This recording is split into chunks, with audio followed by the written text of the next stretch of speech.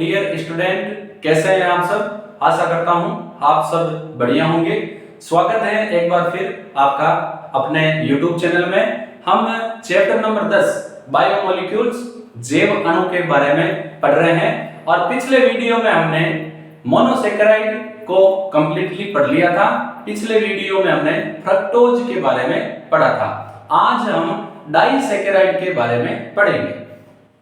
Disaccharide oligosaccharide का ही part है। वह कार्बोहाइड्रेट जिनके जल अपघटन से 2 से 10 तक मोनोसेकेराइड इकाइयां प्राप्त हो ओलिगोसेकेराइड कहलाते हैं। डाइसेकेराइड वह सेकेराइड या वह कार्बोहाइड्रेट जिनके जल अपघटन से 2 मोनोसेकेराइड इकाइयां प्राप्त होती है क्या कहलाते हैं? डाइसेकेराइड। तो इनसे क्या होगा? जल अपघटन से 2 मोनोसेकेराइड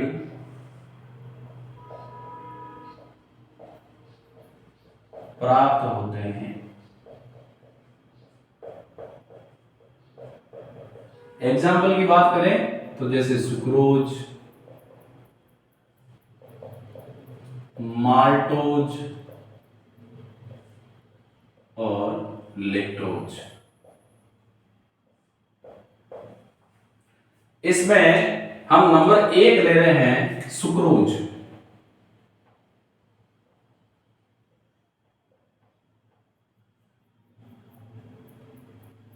इसका अणुसूत्र होता है C12H22O11। अब देखो सुक्रोज के बारे में हम डिटेल से बात करते हैं। ये क्या है? डाइसेकेराइड है।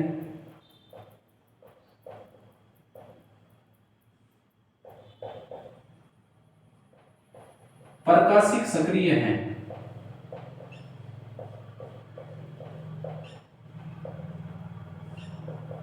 और कैसा है? दक्षिण ध्रुवण गुणक। पीपीएल के तल को दाईं ओर राइट हैंड साइड में घुमा देता है और गुणक कोण का मान है +66.5 डिग्री। यह है एक अनअपचयी शर्करा है।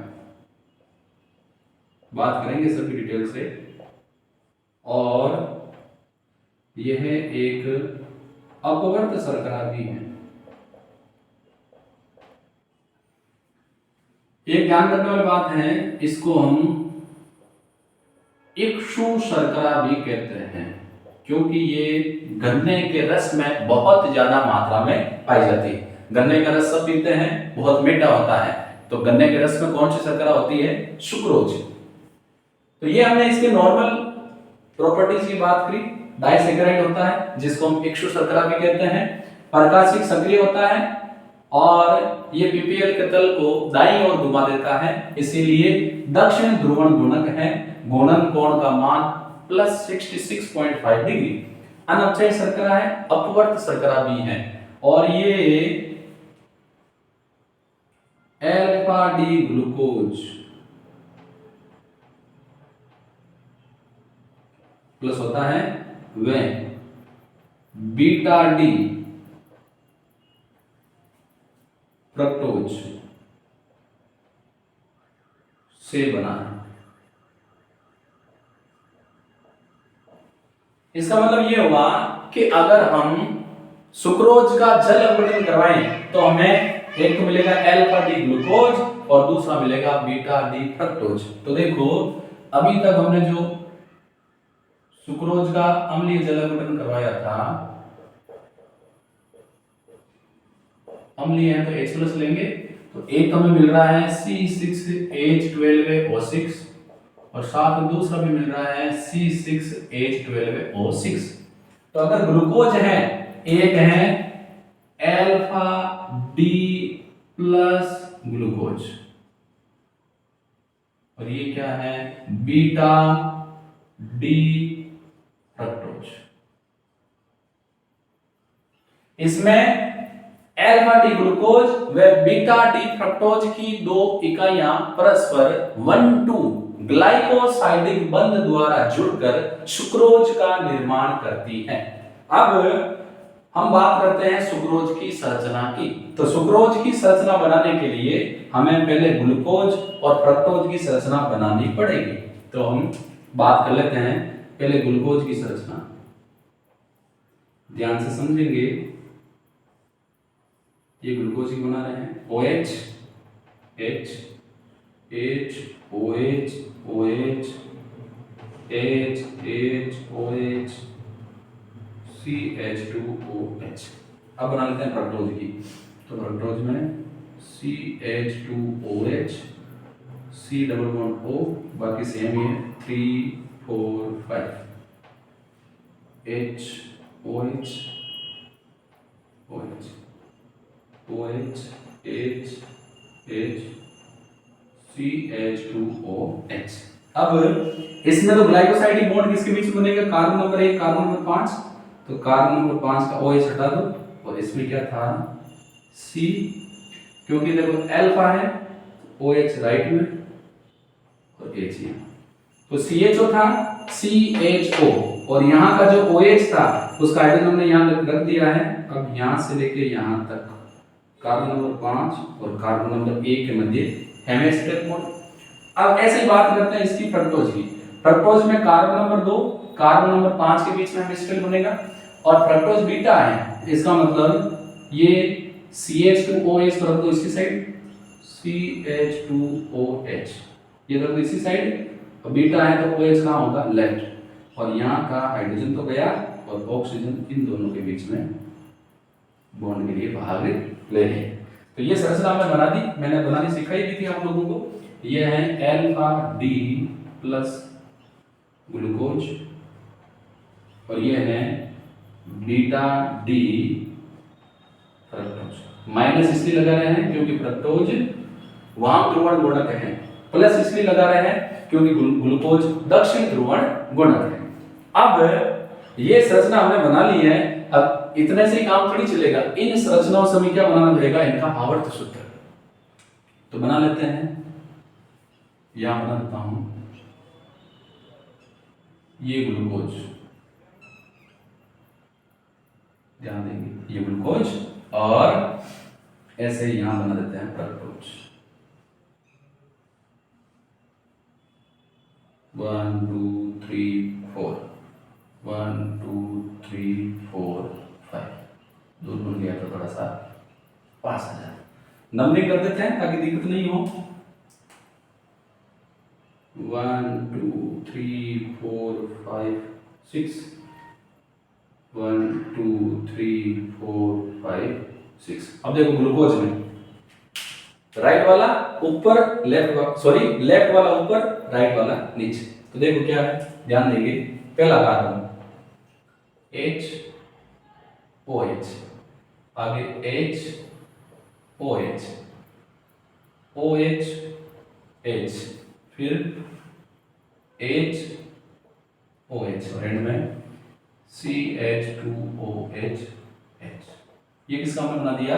ये हमने बना दिया अल्फा डी ग्लूकोज का। अब बनाते हैं बीटा डी फ्रक्टोज का। तो ये देखो OH CH2OH OH H H OH, फिर CH2OH H। नंबरिंग लगा देता हूं यहां पर भी, first second third fourth fifth sixth, first second third fourth fifth sixth, क्योंकि यहां से स्टार्ट होते हैं 1 और 2। तो फ्रक्टोज का कार्बन नंबर 2 और ग्लूकोज का कार्बन नंबर 1 के मध्य हेमी एसिटाइल बॉन्ड बनेगा। अब सीधा पता चल रहा है कि यहां से निकलेगा OH और यहां से क्या निकलेगा? H। निकाल दो, तो यहां से OH और यहां से H, इनके बीच में डायरेक्ट बॉन्ड बन जाएगा। अब क्या है दिक्कत, बुक में हमें इसके पास ये बना हुआ मिल रहा है,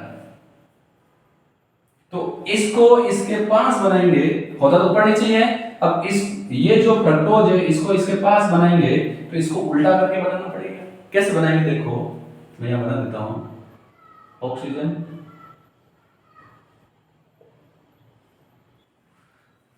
उल्टा करके बनाएंगे तो ये जो है देखो, इसको पकड़ के, ये जो ऐसे पकड़ा है ना, इसको पकड़ के ऐसे करना है, ये ऐसे पकड़ के ऐसे, तो ये वाली जो साइड है राइट वाली लेफ्ट हो जाएगी, ऊपर वाली कहां जाएगी, नीचे। देखो वापस समझा रहा हूं, ये जो फ्रक्टोज है इसको हम जो यहां है इसको पकड़ के ऐसे ला रहे हैं, ये ना, इसको हम ऐसे तो ला ही रहे हैं, साथ साथ क्या होगा उल्टा, तो उल्टा होगा तो क्या होगा, थोड़ा ध्यान देंगे।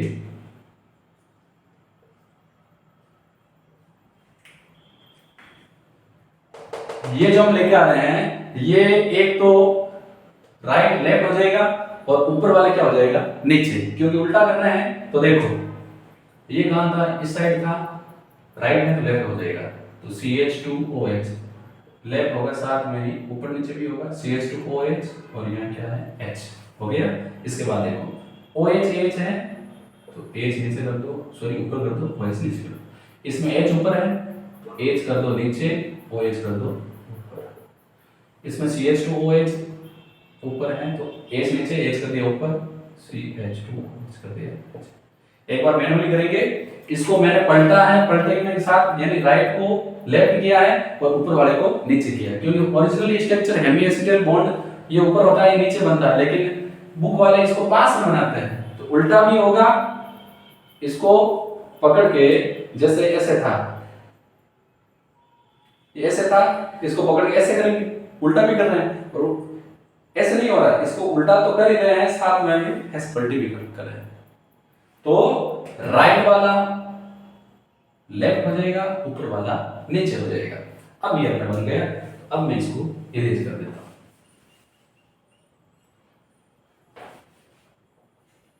ये क्या है अपने अल्फा डी प्लस ग्लूकोज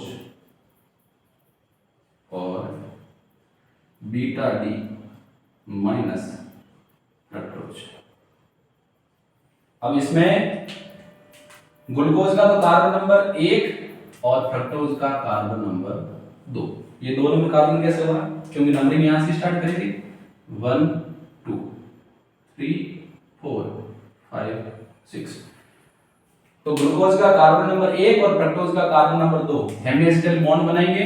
अगर यहां से OH जा रहा है तो यहां से क्या निकलेगा, खाली H निकलेगा, तो क्या होगा देखो, बना लो एज निकल गया -H2O, बाकी सेम सेम बना लो,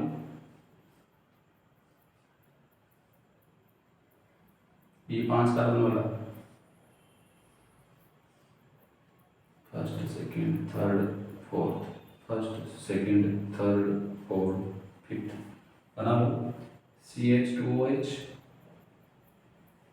H H OH OH H H OH H, oxygen oxygen, इसके पास क्या बचा CH2OH H CH2OH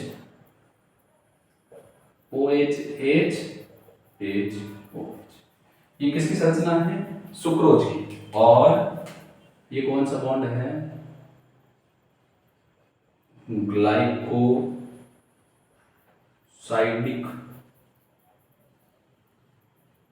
बंध, ये किसके बीच में बनता है, ग्लूकोज का कार्बन नंबर 1 और फ्रक्टोज का कार्बन नंबर 2। ग्लाइकोसाइडिक बंध कार्बन नंबर 1 और कार्बन नंबर 2 के बीच में बनता है। अब यहाँ एक नोटिस करने वाली चीज है कि देखो ग्लूकोज का ये कार्बन नंबर 1 और फ्रक्टोज का यहाँ पर कार्बन नंबर 2 जो ग्लाइकोसाइडिक बंध बनाने में भाग लेते हैं। तो ग्लूकोज के कार्बन नंबर 1 पर ओरिजिनली क्या होता है, एल्डिहाइड समूह। फ्रक्टोज के कार्बन नंबर 2 पर ओरिजिनली कौन सा ग्रुप होता है, कीटोन समूह।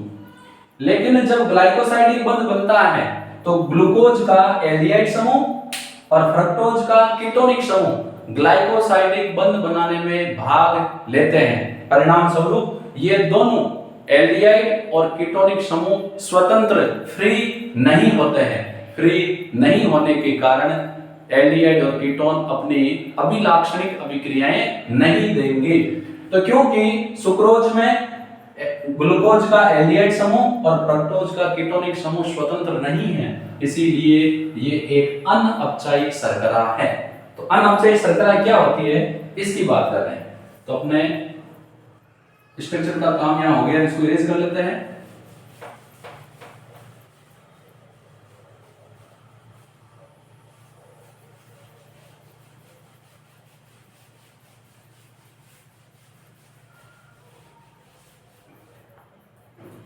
तो ये एक अनअपचायी शर्करा है।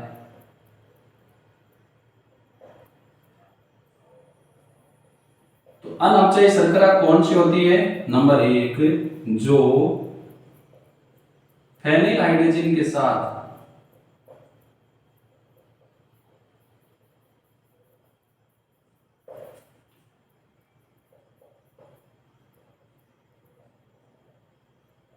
ओसोजोन नहीं देती है।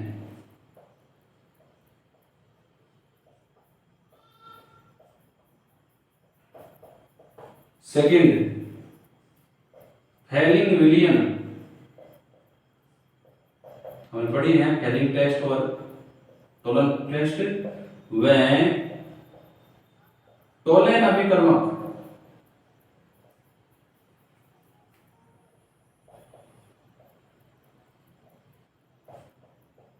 को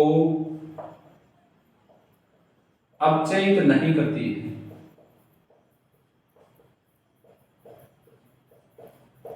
और थर्ड, हाइड्रोक्सिल एमीन NH2OH, इसको क्या बोलते हैं?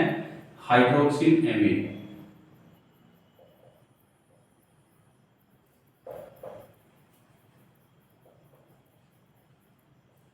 के साथ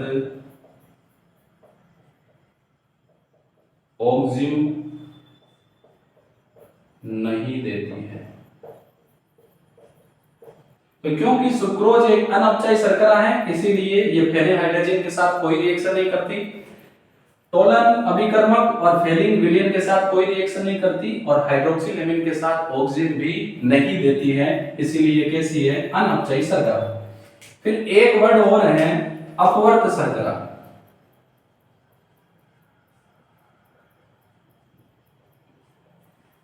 ऐसी शर्करा जिसके घूर्णन कोण का चिन्ह जल अपघटन करने पर परिवर्तित हो जाता है, अपवर्त शर्करा कहलाती है। तो देखो, सुक्रोज का जब हम जल अपघटन करवाते हैं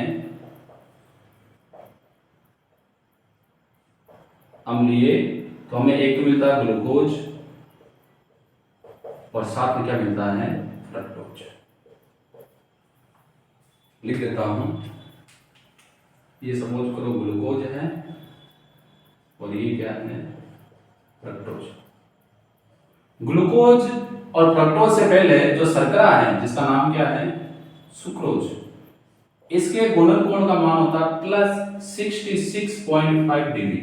ग्लूकोज का होता है +52 डिग्री, लेकिन फ्रक्टोज का कितना होता है? -92 डिग्री। यानी इनका परिणामी कितना हो जाएगा? 40, वो भी -8 डिग्री। तो हम देख रहे हैं सुक्रोज जो क्या है?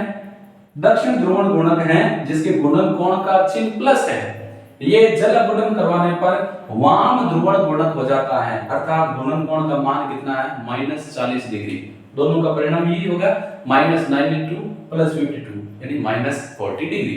तो सुक्रोज का जल अपघटन करवाने पर इसके गुणन कोण का चिन्ह प्लस से माइनस हो जाता है, अर्थात गुणन कोण का चिन्ह परिवर्तित हो जाता है, इसीलिए यह एक अपवर्त शर्करा है, जिसको अंग्रेजी में इनवर्ट शुगर भी कहते हैं। तो यहां पर हमने बात कर ली डाइसैकेराइड में नंबर 1 सुक्रोज की। अब हम ले रहे हैं सेकंड, गेहूं वाली शर्करा माल्टोज।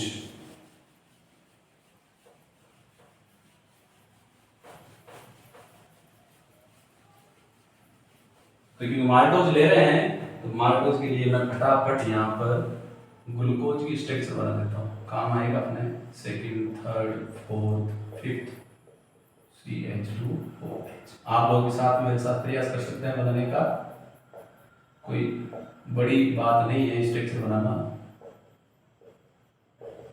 अब ग्लाइकोसाइड बॉन्ड बनाते रहेंगे, ये ग्लूकोज है। नंबर 2 डाइसैकेराइड में बात करेंगे माल्टोज। सेम फॉर्मूला वही, C12H22O11। यह है एक श्वेत क्रिस्टलीय ठोस है, ये भी जल में विलय, अल्कोहल ईथर में ए विलय होता है। इसको हम गेहूं शर्करा भी बोलते हैं। गेहूं में माल्टोज शर्करा पाई जाती है। माल्टोज शर्करा अल्फा डी ग्लूकोज की 2 इकाइयों के मध्य कार्बन नंबर 1 और कार्बन नंबर 4 के बीच ग्लाइकोसाइडिक बंध से बनी होती है। यानी अगर हम माल्टोज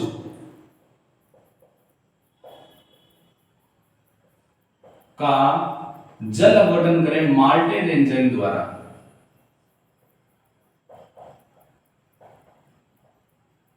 तो हमें क्या मिलेगा? Alpha D glucose plus alpha D glucose.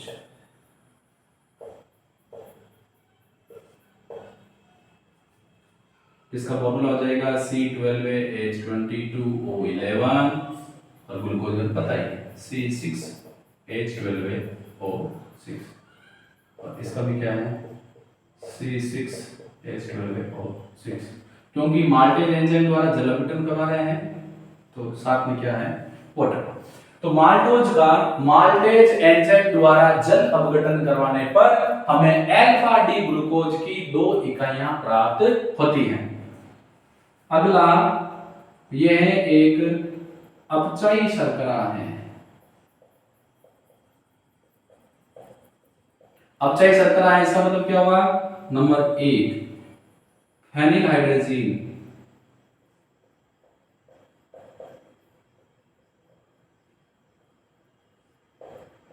के साथ ओसाजोन देती है। नंबर 2 फेलिंग विलियन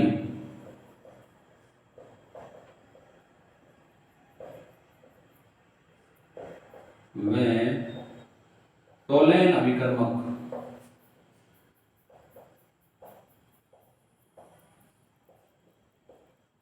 को अपचयित कर देती है।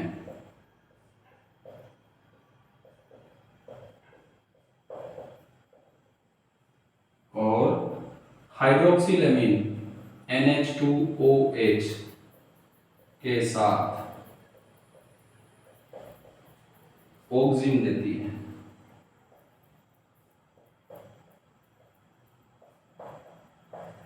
अब बनाते हैं इसकी स्ट्रक्चर। तो देखो ग्लाइकोसाइड बनेगा, अल्फा है तो OH राइट, ये यहाँ का एक हाइड्रोजन यहाँ डाल दो और कार्बन नंबर 1 और कार्बन नंबर 5 के मध्य, अच्छा ये ना 4 ये तो OH रहने दो यहाँ पर, इसका OH ले लो, कार्बन नंबर 5 और कार्बन नंबर 1 के बीच में क्या बना दो? Glycosidic bond. हमने यहाँ पर ओरिजिनली क्या किया देखो, वापस मिटा बता रहा हूँ, कई बच्चों को बार बार कन्फ्यूजन होता है। ये अपने ओरिजिनली ऐसा था, CHO था, यहाँ पर था OH। 1 2 3 4 5 कार्बन नंबर 5 और कार्बन नंबर 1 के मध्य हेमिएस्टर बॉन्ड बनेगा चक्रीय संरचना में। तो क्योंकि अल्फा है तो OH राइट, यहां से OH गया, H लगा दो यहाँ और कार्बन नंबर 1 और कार्बन नंबर 5 के मध्य ऑक्सीजन की सहायता से हेमिएस्टर बॉन्ड बन जाएगा। तो बना दो, ये अल्फा डी ग्लूकोज की 2 इकाई बनानी है, फटाफट बना देंगे। पहली और ये दूसरी, 1 2 3 4 5 1 2 3 4 5। तो एक नंबर पर क्या जुड़ा हुआ है, पहले दिखा देता हूं। ये वाला ऊपर और ये वाला नीचे। तो पहले पर HOH, दूसरे पर HOH, तीसरे पर OH, चौथे पर HOH, पांचवे पर CH2OH। सेम बना देंगे HOH, HOH, OH, H, HOH, CH2OH, H। Numbering कर देते हैं, first, second, third, fourth, fifth, sixth. ऐसे ही इसका हो जाएगा first, second, third, fourth, fifth, sixth. तो देखो इसका तो काम ले रहा कार्बन नंबर 1 और इसका भाग लेगा कार्बन नंबर 4। यहां से निकल जाएगा H और यहां से निकल जाएगा OH। बना लेते हैं। माल्टोज की संरचना क्या होगी, निकाल दो, -H2O। फटाफट बना लेते हैं। 1 2 3 4 5।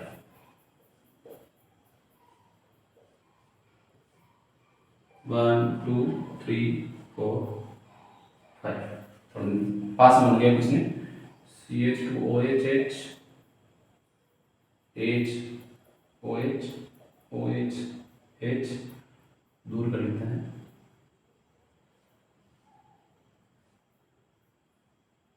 HOH, यहाँ रहा H, यहाँ भी रहा H, तो ये दोनों आपस में ग्लाइकोसाइडिक बॉन्ड द्वारा जुड़ गए।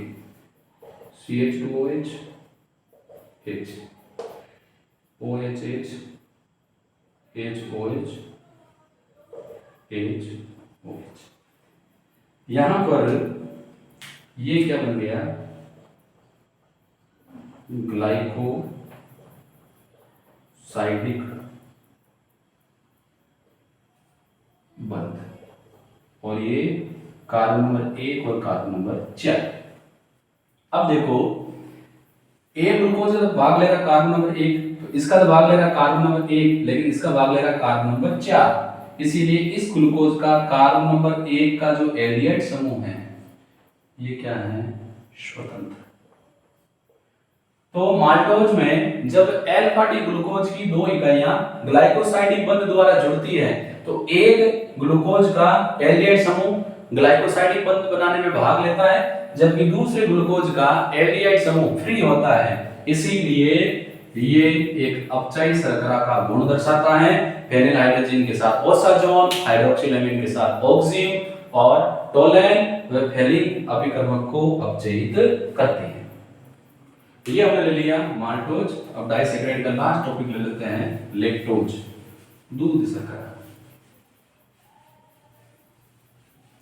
इन स्ट्रक्चर को हम वापस बना लेंगे, यूज करेंगे थोड़ा सा, ये हो जाएगा कि क्लियर नहीं होगा।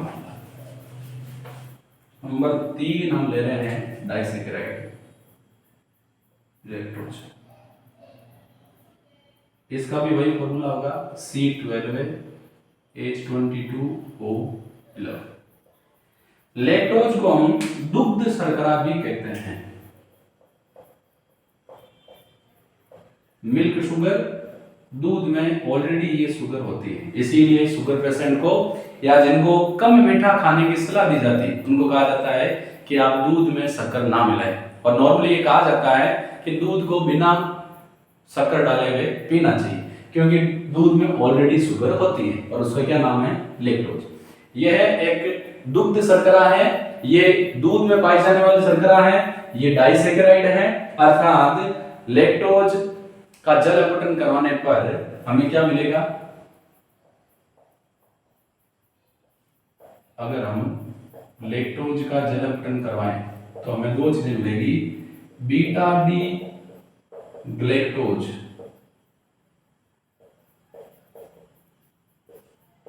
और बीटा डी ग्लूकोज।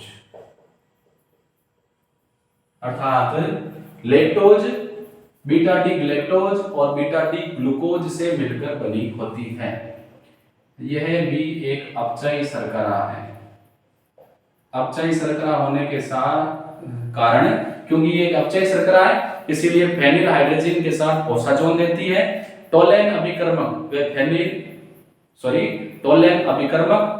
फेलिंग विलयन को अपचयित कर देती है और हाइड्रोक्सिलेमिन के साथ ऑक्सीजन देती है।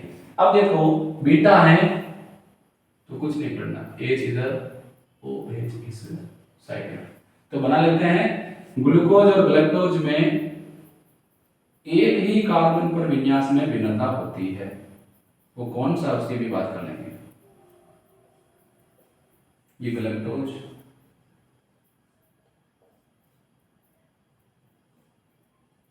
ये ग्लूकोज 1 2 3 4 5, तो ग्लूकोज क्योंकि बीटा है तो OH ऊपर H नीचे, चलते जाओ साथ साथ H OH, कॉपी में बनाते रहो OH H H OH और फिर CH2OH और H, सेम बना दो OH H H OH OH H, बस इस कार्बन को चेंज करना, OH ऊपर H नीचे, यहाँ डिफरेंस होता है बाकी से।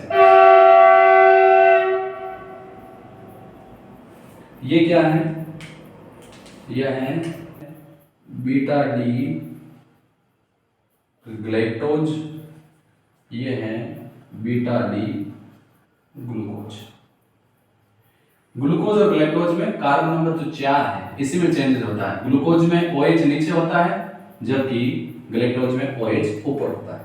अब इसमें नंबरिंग डाल देते हैं, first second third fourth fifth sixth, 1 2 3 4 5 6, तो इसका तो carbon number 1 beta D galactose का और ग्लूकोज का कार्बन नंबर 4 परस्पर ग्लाइकोसाइडिक बॉन्ड बनाएंगे तो यहां से निकल जाएगा H और यहां से क्या निकल जाएगा OH, निकाल दो H2O, H2 निकलते क्या बन जाएगा, बना लेते हैं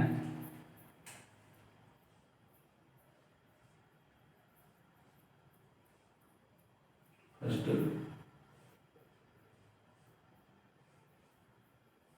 सेकंड 1 2 3 4 5, 1 2 3 4 5, क्या हो जाएगा ऑक्सीजन आपस में ऑक्सीजन से जुड़ गए H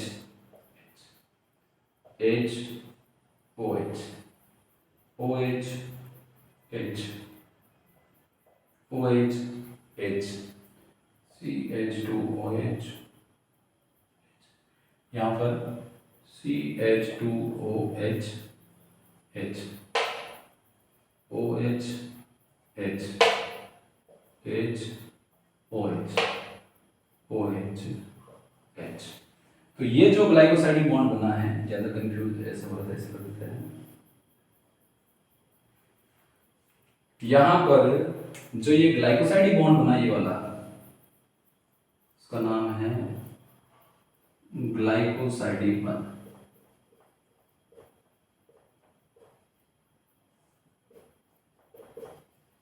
ये ग्लूकोज का कार्बन नंबर 1, देखो ग्लूकोज का कार्बन नंबर 1 ला भाग ले रहा है और ग्लूकोज का कार्बन नंबर 4, तो लैक्टोज में ग्लूकोज का कार्बन नंबर 4 और ग्लैक्टोज का कार्बन नंबर 1 परस्पर जल का अणु निकालकर ग्लाइकोसाइडिक बंध बनाते हैं।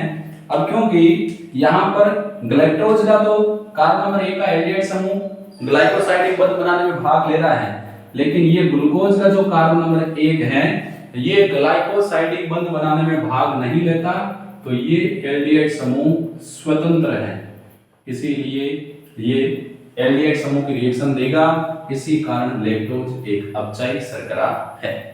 तो यहां पर हमने कार्बोहाइड्रेट का जो सेकंड टाइप था डाइसैकेराइड कंप्लीट कर लिया है। इनके जल अपघटन से 2 मोनोसैकेराइड प्राप्त होते हैं, पहला सुक्रोज, ये ग्लूकोज और फ्रक्टोज से मिलकर बना होता है और ग्लूकोज और फ्रक्टोज की इकाइयां कार्बन नंबर 1 और कार्बन नंबर 2 के मध्य ग्लाइकोसाइडिक बंध बनता है।